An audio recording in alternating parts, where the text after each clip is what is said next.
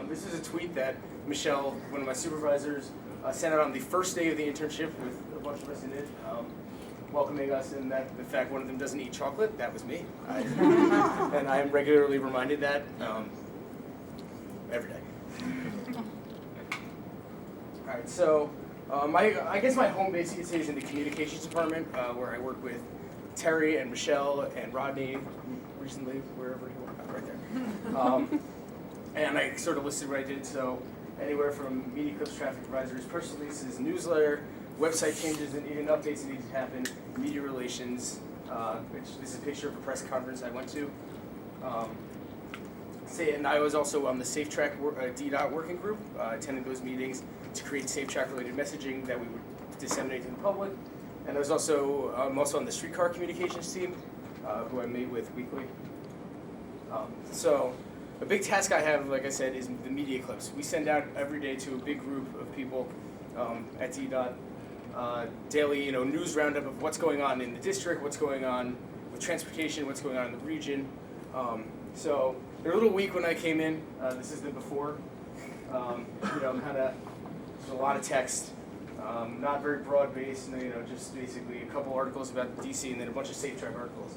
So when I came in, I overhauled it a little bit. So now it kind of reads, same idea, but it reads a little more like a magazine, I guess, including pictures, some interesting articles about what's going on, in the world, what's going on, trends going on, what other DOTs are doing. Is we're in a unique position where we're a city and a state DOT at the same time. So to get that perspective of what those other groups are doing, I think is important to everyone receiving this news every day. Another big part of my job was with communications is traffic advisories. So we get a lot of traffic advisories in, and many times they come written by engineers, and engineers sometimes have trouble writing to the public what the work they're doing and what's being closed. So this is an example of one that took a while. I was basically given a map of roads that didn't have names, and I had to turn this color-coded map of nameless roads into that for the public. That sort of, and if they're wrong, the public will let you know very quickly. So it's very important that they have to be correct and readable and whatnot. Another big part is press releases, and these could vary to be basically anything. So as you can see on the left, we have something short that, we'll get a request in to put a press release out, and that can be done, pretty quickly, versus a Safe Track related press release about preparing for a surge, which could be, and many of the people in here know they go around the whole agency before they get seen. They get redone several times. Sometimes they have to be released twice. So there's a lot of work goes in. Also, we resurrected the newsletter in my time here.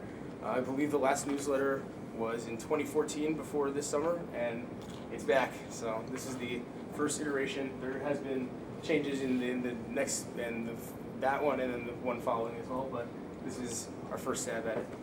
So watch out for that, because it's going to continue. All right, so that's all for communications. Another big place where I spent my time was working with the call center and the customer service department, and I did an analysis of call center data, performance data, from 2012 through current year. So the call center was established in 2011, the DDOT call center, I should say. It fields inquiries and requests from residents in the district through the 311 system, as well as direct call-in and a bunch of other methods they can reach us. And it's the report is on fiscal year 2012, which begins in 2011, through quarter 3 of fiscal year 2016.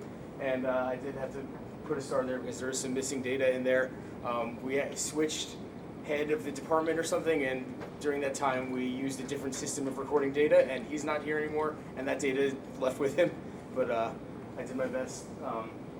And the source of the data are the Avaya phone tracking system, which tracks all the phone calls that come in and actually spits out a lot of data on how we're performing, as well as Internet Quorum, which tracks all the emails and electronic communications we receive. So just for the Avaya data, this is what I was given. It's really, really ugly. And as you see, there's some missing information, but we were using percentage-based statistics. We were able to work our way around that. And I turned this into something much more easy to read. that anyone can basically pick up and look at and see how we're doing, where we're strong, where we're weak.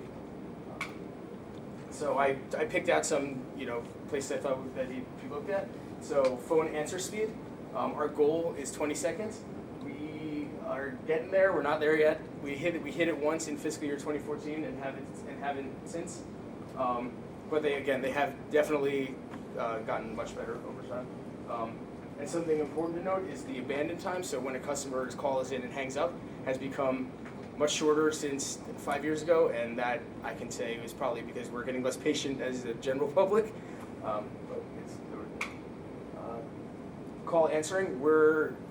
This is where one of our strongest suits, where we're able to answer a great percentage of the calls that actually come in. As you can see, save for the first year, we've done pretty well fielding almost every call that we get.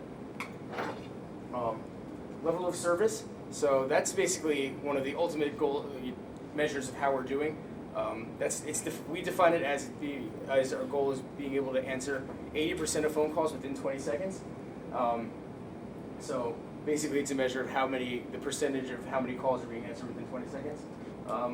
We started out not so great on that. We were almost at 50%, and now we're getting closer to our goal, and we've actually again achieved it in fiscal year 2014, but have stayed close. I'm going to go back to abandon rate. So our goal for that is to only let 3% of calls get hung up prematurely. Only met that once, but we're doing way better than we were in the beginning. We were at 14% in the beginning, which is a lot of calls that were just being, people were just giving up on us. So and it's good that we're doing better, considering that there's been a reduction in time people wait for someone to pick up the phone. Agent counts, this is probably where we're struggling the most.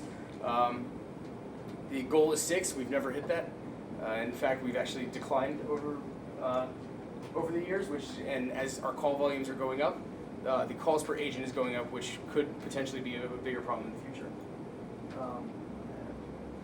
Average talk time and average hold time, so how long an agent is on the phone with the customer versus how long that customer is on hold. We're pretty good on the talk time. We hover within our goal. And the whole time we're actually smashed that goal, and we're way better than we were. So that's an area that we're doing pretty decent. So one more area to look at is requests that don't go through the phone system. So these are requests that come in by direct email, ask the director section on our website, U.S. mail, which people still use somehow. And as you can see, that's on the decline. All of that. And I'll talk about that more on that. So this is sort of what I got. Out of the call center data. There are 3 areas where I think we need to really look at. I think training is number 1. A lot of the issues that we have, in not meeting our goals are simply probably just training issues. If we train the people that are working for us in the call center to, these are the goals, we expect you to meet them. I think this is how long you should be on the phone for, this is how long someone can be on hold for, etc. We'd be much better at meeting our target goals. Staff count, similar nature. Like I said, as our call volumes are going up, we should probably have more people answering phone calls and be more efficient that way. And non-311 handling, we might, given that that's going down, we might be able to start directing people exclusively to using the 311 system versus these other methods, and we could exert less energy on that. And this is just a list of other tasks I have had my hand in since I've been here. I work with Howard Chang on an event with the Howard Summer Transportation Kids Program, which I wish I knew about when I was a kid, because I was one of the rare kids interested in transportation and had nothing available to them. I worked on a big project with Langdon Park truck traffic with Rodney in community engagement and Laura Richards in transportation engineering. And I did a lot of community outreach for that and helped put together a big meeting with business leaders in the area about how their truck traffic might be changing. I helped work on a rush hour traffic, safe track related rush hour traffic study with Rahul in the traffic engineering department, taking data on travel times and some video footage that will be used at a later time. I helped, like Malaya said, with the ADA website updates. I was inputting the work they did into our website, and a bunch of the pages are live now. And I most recently worked on the Washington Highlands neighborhood in southeast area. They're changing the residential parking permit, so I helped arrange a community meeting for that. And I just wanted to thank everybody that I worked with. Too many people to list, so just a big thank you to everybody.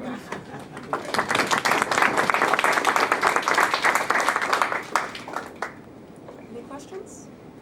No question, but I do have a comment, and I just want to commend Sam on a job well done, and he is very flexible because he's getting pulled from all ends. Oh, can he have this project, can we put this project, and he's so flexible and so willing to do it, and I just want to give him another applause.